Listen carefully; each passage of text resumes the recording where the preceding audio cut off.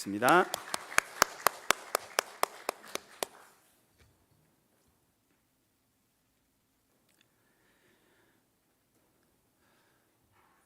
가데스 바네아 사건으로 인해서 하나님의 징계를 받았던 출애굽 1세대가 이제 다 죽어가는 그러한 시간을 통과하고 있습니다. 이제 출애굽 2세대를 중심으로 가나안 정복을 향한 행군을 시작하게 된 이스라엘 백성들은 그들의 진로를 방해하는 요단강 동편의 아모리 족속을 정복함으로써 요단 동편을 평정하고 또 본격적으로 가나안 땅, 즉 요단강 서편을 점령하기 위하여서 요단강을 건너가기 쉬운 좋은 장소인 모압 평지에 진을 치게 됩니다. 그리고 그곳에서 요단강을 건너기 전에 수개월 동안 머물게 되는데, 그 시간 동안에 모세가 이스라엘 백성들, 특히 출애굽 2세대들에게 하나님의 말씀을, 율법을 전하는 신명기의 내용이 기록되게 됩니다. 한편 출애굽한 이스라엘 민족이 가나안 땅을 향하여서 진군하던 길에 모압 평지에 이르게 되자 아직 점령당하지 않았던 모압 왕 발락은 매우 불안해하였습니다. 왜냐하면 아모리 왕 시혼과 바산 왕 옥이 어떠한 일을 당했는지를 들어서 알게 되었기 때문입니다. 그래서 그는 무력으로는 이스라엘 백성들을 이길 수 없다고 판단하게 되었고, 발람이라고 하는 우상 선지자를 동원하여서 이스라엘을 저주하여 망하게 하려고 계획을 세웁니다.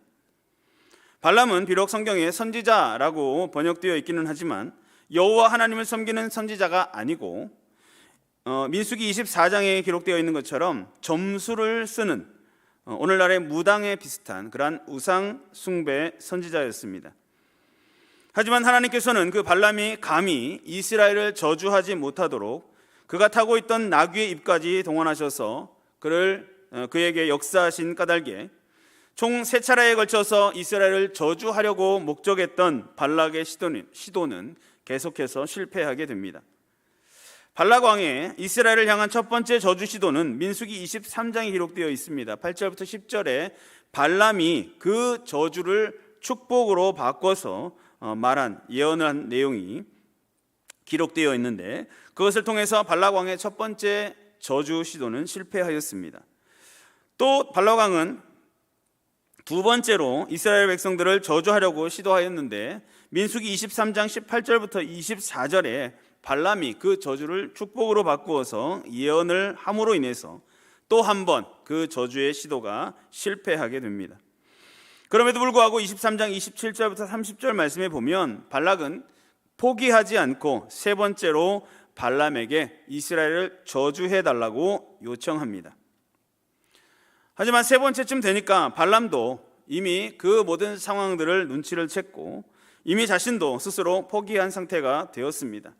그래서 민수기 24장 1절부터 4절까지의 말씀을 보면 발람이 자기가 이스라엘을 축복하는 것을 여호와께서 선히 여기심을 보고 전과 같이 점수를 쓰지 아니하고 그 낯을 광야로 향하여 눈을 들어 이스라엘이 그 지파대로 천막 친 것을 보는데, 그때에 하나님의 영이 그 위에 임하신지라. 그가 예언을 전하여 말하되, 부올의 아들 발람이 말하며 눈을 감았던 자가 말하며 하나님의 말씀을 듣는 자, 전능자의 환상을 보는 자, 엎드려서 눈을 뜬 자가 말하기를 이라고 하면서 또다시 이스라엘을 향한 축복의 예언을 시작합니다. 오늘 본문 우리가 읽었던 이 본문 말씀 뒤에 이어지는 25장에 나타나는 사건을 보면 또 우리가 알 수 있는데, 지금 발람이 이처럼 행동하는 것은 그가 하나님 신앙으로 돌아섰기 때문은 아니었습니다. 그는 지금까지 진행 과정을 통해서 이스라엘을 자기의 점수를 써서 저주하는 것이 불가능하다라고 하는 것을 깨닫게 되었고, 이제 그 자신은 그저 하나님의 신이, 하나님의 영이 임하시는 대로 예언할 수밖에 없는 하나님의 대언 도구가 되어버렸던 것을 깨달았던 것입니다. 다시 말해서 아무리 발락과 발람이 길을 쓰고 이스라엘을 저주하려고 해도 이미 하나님께로부터 선택받은 이스라엘을 건드릴 수 있는 능력은 그들에게 없었던 것입니다. 그런 상태에서 발람의 입에서 나오게 된 말은 이스라엘의 미래를 향한 두 가지 축복의 예언이었습니다. 23장에서도 발람은 이미 첫 번째, 두 번째 예언을 했었는데 여기서는 세 번째 예언이 진행되고 있으며 야곱의 장막이라고 하는 단어가 등장을 합니다. 그리고 또 이어지는 마지막 예언에서는 야곱의 별이라고 하는 단어를 주제로 예언이 선포되고 있습니다. 이처럼 그 복들은 둘 다 야곱이라고 하는 이름, 즉 이스라엘이라고 하는 이름의 원조가 되었던 그 복의 조상의 이름으로 선포되고 있는 것입니다. 이 밤에 저와 여러분들은 그 두 가지 복들, 그 신앙의 조상을 통하여서 하나님의 선민들에게 대대로 이어지고 있는 변함없는 복이 무엇인지를 함께 확인해 보고자 합니다. 첫째로 신자가 영원히 변함없이 누리게 되는 복은 바로 교회 중심으로 구원의 확신에 거하는 삶입니다. 이것이 바로 이스라엘이 야곱의 장막을 통하여 누리던 복이었습니다. 야곱의 장막, 즉 이스라엘 민족이 거하고 있던 거처는 어떤 곳이었습니까? 5절부터 7절까지 기록된 말씀에 보면 야곱이여 내 장막들이, 이스라엘이여 내 거처들이 어찌 그리 아름다운고, 그 벌어짐이 골짜기 같고 강가의 동산 같으며 여호와께서 심으신 침향목들 같고 물가의 백향목들 같도다. 그 물통에서는 물이 넘치겠고 그 씨는 많은 물가에 있으리로다. 그의 왕이 아각보다 높으니 그의 나라가 흥왕하리로다 라고 기록하고 있습니다. 발람은 이스라엘이 거하고 있는 장막과 거처를 두고 아름다운 곳이다 라고 감탄하고 있습니다. 그리고 그 사실에 대해서 그들의 거처는 물이 자동적으로 그리고 풍부하게 공급되는 곳에 있는 것과 같다라고 비유했습니다.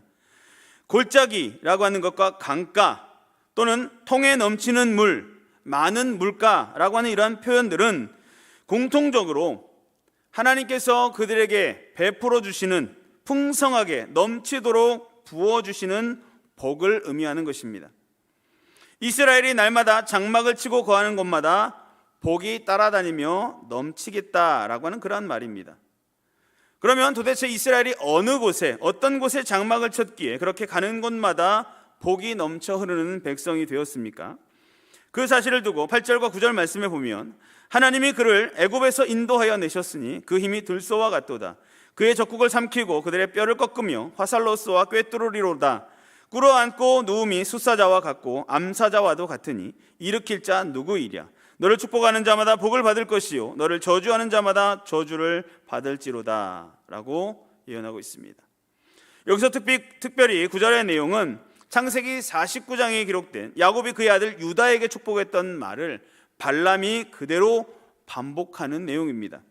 이 축복이 야곱과 얼마나 밀접한 관계가 있는 것인지 다시 한번 확인할 수 있는 대목입니다. 여기서의 가장 큰 요점은 하나님이 그를 애굽에서 인도하여 내셨다라고 하는 사실입니다. 바로 그것이 이스라엘 민족이 지금 거하고 있는 장막이요, 거처요, 그 광야 공동체의 현 주소였던 것입니다. 온 백성들이 종살이하며 고생하던 그 애굽에서 기적적으로 인도함을 받아 나온 그것이 이스라엘에게 있어서는 축복의 첫 물줄기와도 같은 것이었습니다. 사람 눈에는 도무지 불가능한 일로만 보였던 출애굽을 하나님께로부터 받게 된 이스라엘에게는 이제 그 앞길에 아무런 거칠 것도 없는, 두려울 것도 없는 그러한 축복의 통로가 열린 것입니다. 광야 행군이라고 하는 어려운 길도 마치 들소와 같은 힘으로 모든 적국들을 거침없이 무찌르며 일사천리로 진행해 왔고 또 앞으로도 그렇게 될 것이다 라고 말씀하고 있습니다. 지금 가나안을 바로 눈앞에 두고 진을 치고 있는 그 이스라엘 백성들의 진중 분위기 역시 웅크리고 앉아있는 숫사자와 암사자 같이 아무도 곁에서 함부로 건드릴 수 없는 그러한 위험으로 가득 차 있는 것입니다. 이처럼 이스라엘 백성은 출애굽이라고 하는 놀라운 구원 역사로 인해서 사기가 충천해 있었고 그 까닭에 지금까지 그들이 누려왔고 또 앞으로도 받게 될 복들이 그 어떤 사방의 민족들이나 또 어떤 세력들로 인해서 방해받거나 또 막힐 일이 없었다라고 하는 것입니다. 또한 그런 이스라엘을 축복하는 자는 복을 받게 되지만 반대로 그 이스라엘을 저주하는 자마다 저주를 받게 될 것이다 라고 말씀하고 계시기 때문에 야곱의 장막은 거기 거하는 백성이 가는 곳마다 계속해서 물이 절로 넘쳐 흐르는 복이 따라오는 그러한 대단한 복이었던 것입니다. 오늘날 역시 바로 이런 야곱의 장막을 중심으로 살고 있는 성도들이 받는 복은 아무도 건드릴 수 없는 확고부동한 변함없는 복이 됩니다. 오늘 우리에게 있어서 출애굽과 같은 복의 물건은 무엇이겠습니까? 그것은 바로 예수 그리스도의 십자가를 통한 구원입니다. 성도가 진정한 복을 누리기 위해서는 무엇보다도 이 십자가 구원의 은혜를 먼저 누려야 하며, 일단 십자가 은혜를 누리게 된다면 나머지 복들은 줄줄이 이어서 따라오게 되는 것입니다. 지옥의 영벌을 받을 수밖에 없었던 인생이 십자가 공로로 구원받고 천국의 영생을 얻게 된다면 그런 감사와 감격을 하나님 앞에 나타낼 수밖에 없는 것입니다. 구원받은 하나님 나라의 백성들은 광야 생활이 좀 고달프다고 주저앉을 수가 없으며 오히려 들소처럼 힘을 떨치며 매사에 승리하게 될 것입니다. 천당 소망이 확실한 성도라면 아직 가나안 땅에 들어가지 못했다고 해서 기죽을 것 하나도 없으며 마치 움츠리고 있다가 뛰어나가는 사자처럼 언젠가는 붙잡아야 할 것을 반드시 성취하게 된다라고 하는 것입니다. 그리고 바로 교회는 바로 그와 같은 십자가 대속의 체험을 가진 성도들이 모여있는 공동체입니다. 거룩하신 하나님 앞에 모여서 구원의 확신의 은총을 나누는 자리이고 영생 구원이라고 하는 엄청난 복을 받았음을 자랑하는 거룩한 공동체가 되어야 하는 것입니다. 교회를 중심으로 신앙생활하면서 이처럼 구원의 확신을 가지고 사는 인생은 그야말로 강가에 물가에 심긴 나무와 같으며 시절을 쫓아 과실을 맺는 복된 삶을 살아갈 수밖에 없다라고 하는 것입니다. 외국으로 이민을 가는 사람들에게 있어서 가장 중요한 것이, 가장 우선적으로 해결해야 하는 문제가 무엇인지 아십니까? 그것은 바로 영주권 문제입니다. 일단 영주권 문제가 해결되면 그 다음에 이어지는 문제들은 아주 여유롭게 펼쳐가고 해결해 갈 수 있는 것입니다. 마찬가지로 비록 광야와 같은 세상살이이긴 하지만 교회를 자기 인생의 든든한 거주지로 받고 이 교회를 통하여서 천국 시민권까지 확보하고 있는 성도라면 아무것도 거칠 것이 없고 그 어떤 문제들도 더 이상 큰 문제가 되지 않는다라고 하는 것입니다. 그러므로 우리에게 주신 이 은혜의 장막 안에서 구원의 확신이라고 하는 현 주소를 가지고 살게 된 것은 우리에게 주신 하나님의 놀라운 은혜요 축복의 첫 물줄기인 것을 기억하면서 세상 그 어느 누구도 흔들고 빼앗아갈 수 없는 이 불변의 축복을 바로 이 교회를 통하여서 앞으로도 계속해서 마음껏 누리며 살아가는 복된 성도들이 되시기를 주님의 이름으로 축복합니다. 두 번째로 신자가 변함없이 누리게 되는 복은 예수 그리스도를 왕 중의 왕으로 모시고 사는 삶입니다. 이것이 바로 이스라엘이 야곱의 벼를 모시고 사는 축복입니다. 본문 10절부터 16절까지 기록된 내용을 보면 발락과 발람 사이에 계속해서 실랑이가 벌어지고 있습니다. 이스라엘을 저주해달라고 이 발람을 불러왔는데 오히려 3번씩이나 축복하는 것을 본 모압 왕 발락은 그대는 이제 그대의 곳으로 달아나라. 내가 그대를 높여 심히 존귀하게 하기로 뜻하였더니 여호와께서 그대를 막아 존귀하지 못하게 하셨도다 라고 말하면서 발람에게 화를 내고 있습니다. 그런 발락을 향하여서 발람은 나는 내 백성에게로 돌아가거니와 들으소서라고 하면서 한 가지 예언을 덤으로 발락에게 줍니다. 이 발람이라고 하는 사람은 돈을 많이 밝히는 사람이고 또 그가 원래 가지고 있던 직업상 남에게 돈을 받지 않고 점을 쳐준다라고 하는 것은 꿈에도 생각하지 못할 일입니다. 그런데 이 발람이 지금은 성령의 역사에 사로잡혀서 하나님께서 명령하시는 대로 예언하게 되는 것입니다. 이 발람으로서도 아주 특별한 체험이라고 할 수 있겠습니다. 본문 17절부터 24절에 기록된 내용입니다. 내가 그를 보아도 이때의 일이 아니며 내가 그를 바라보아도 가까운 일이 아니로다. 한 별이 야곱에게서 나오며 한 규가 이스라엘에게서 일어나서 모압을 이쪽에서 저쪽까지 쳐서 무찌르고 또 셋의 자식들을 다 멸하리로다. 그의 원수 에돔은 그들의 유산이 되며 그의 원수 세일도 그들의 유산이 되고 그와 동시에 이스라엘은 용감히 행동하리로다.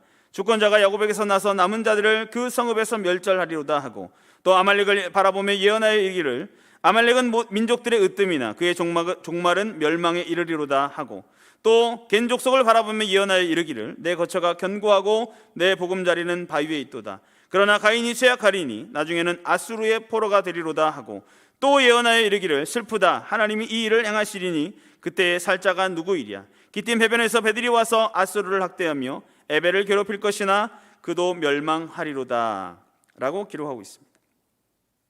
내가 그를 보아도, 내가 그를 바라보아도 라고 말하는 대로 여기서 발람은 분명히 어떤 한 인물을 바라보며 예언하고 있었습니다.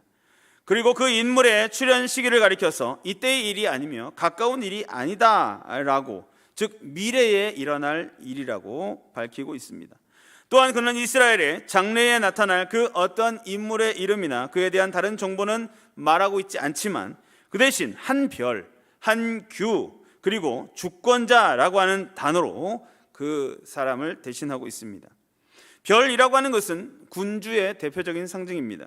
규라고 하는 것은 우리가 잘 알고 있듯이 한쪽이 좀 동그랗고 무거운 막대기 같은 것인데 왕의 권위를 상징하는 대표적인 장식품입니다. 즉 발람은 이스라엘의 미래에 대해서 어떤 강력한 주권자가 등장하게 될 것이다 라고 예언하고 있는 것입니다.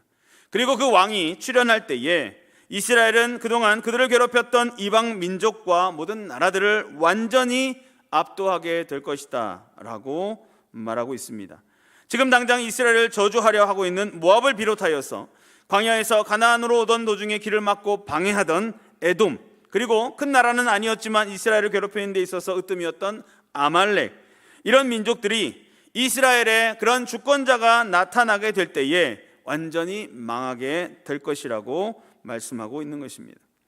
가나안 땅 주변에 살고 있던 겐 족속, 가인 족속입니다. 그리고 기띔 해변에서 온 해양 민족 블레셋, 그리고 이스라엘 주변에서 시끄럽게 이스라엘을 괴롭혔던 모든 군소 민족들 역시 다 그 주권자의 출현과 함께 깨끗하게 정리가 될 것이다 라고 하였습니다. 또 그때가 오면 모든 소동하던 자식들, 신자를 욕하고 핍박하는 모든 무리들이 다 망하게 되고 하나님의 자녀인 이스라엘은 모든 불신 세력 앞에서 용감히 행동할 수 있을 것이라고 하였습니다. 그리고 이 주권자 왕을 통하여 이루어질 그런 심판은 바로 하나님께서 행하실 일인 까닭에 아무도 그 앞에서 살 자가 없게 될 것이라고 말씀하고 있는 것입니다. 그 왕은 누구시겠습니까? 그 왕은 다윗이나 솔로몬 같은 정치적인 군주를 가리키는 것은 아닙니다. 왜냐하면 이스라엘의 최전성기에도 이런 주변의 모든 이방 국가들을 다 멸망시킨 일은 없었기 때문입니다. 그렇기 때문에 이것은 장차 메시아 왕국의 주권자로 오실 예수 그리스도에 대한 예언입니다.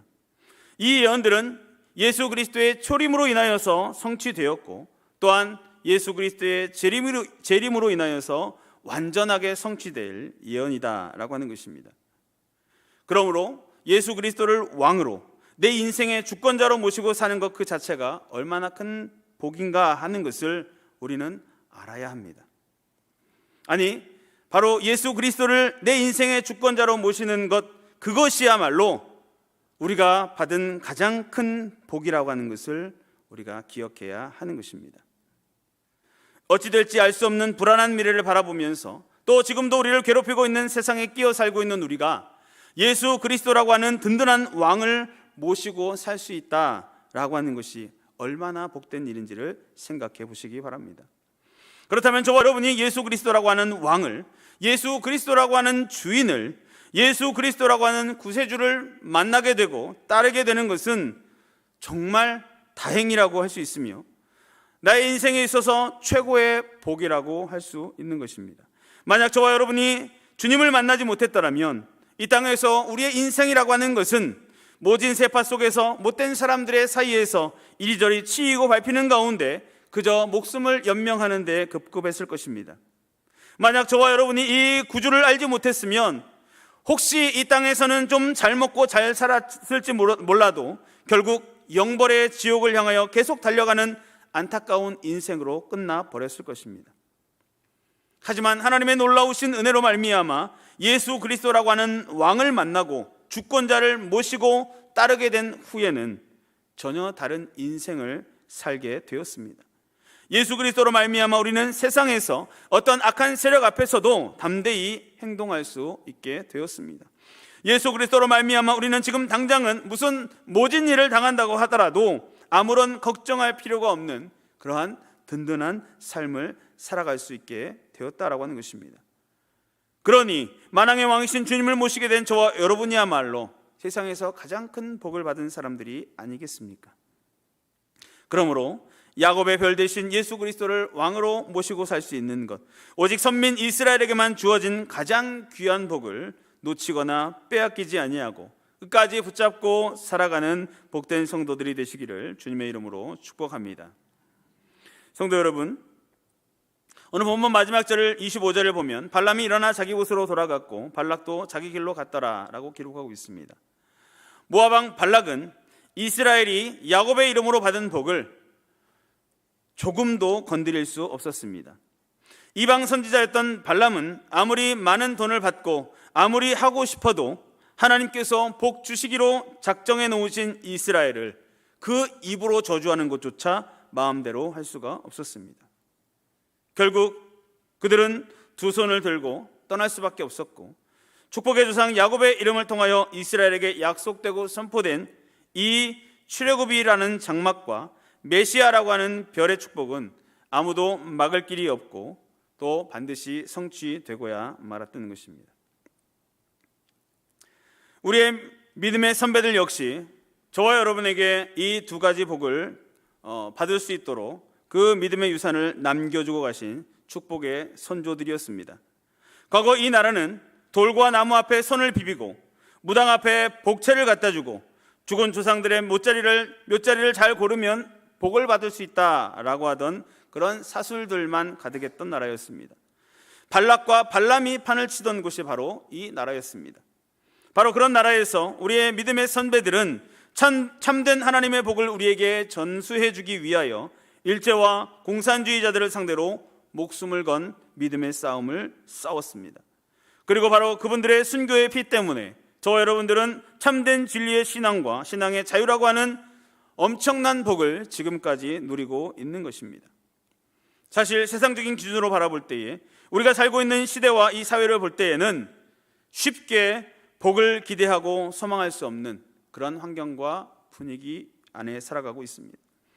마치 광야에서 당장 내일이 어떻게 될지 알지 못하며 40년간을 살았던 이스라엘 백성들처럼 말입니다. 하지만 이 모든 외적인 불안한 요소들이 결코 침범할 수 없었던 것, 불신 사회가 결코 빼앗아갈 수 없는 것이 바로 저와 여러분에게 여전히 남아 있습니다. 그것은 바로 우리가 이 교회와 예수 그리스도를 통해서 받고 누리는 복들입니다. 야곱의 장막 안에 사는 이 평안함은 아무도 방해할 수 없고 야곱의 별을 유일한 주인으로 섬기는 이러한 우리의 삶은 앞으로도 계속해서 변함없이 이어질 것입니다. 그러므로 이 아름답고 물된 동산 같은 우리 교회를 중심으로 금세와 내세의 영원한 주권자이신 예수 그리스도의 구원의 은혜를 늘 감사하면서 주님께서 다시 오실 그날까지 하나님께서 우리에게 예비해 놓으신 이 놀라운 복을 계속해서 누리며 또 전하며 살아가는 야곱의 자손들이 되시기를 주님의 이름으로 축원합니다. 기도하겠습니다. 거룩하신 하나님, 오늘도 우리에게 새날을 주시고 하루를 주의 은혜 가운데 지키시고 보호하셨다가 이 밤에 우리 발걸음을 주의 전으로 인도하여 주셔서 하나님의 말씀 앞에 우리가 있게 하시니 감사합니다. 하나님께서는 그 택하신 자들을 향한 은혜와 복을 약속하셨으며 약속하신 대로 반드시 이행하시는 신실하신 분이라고 하는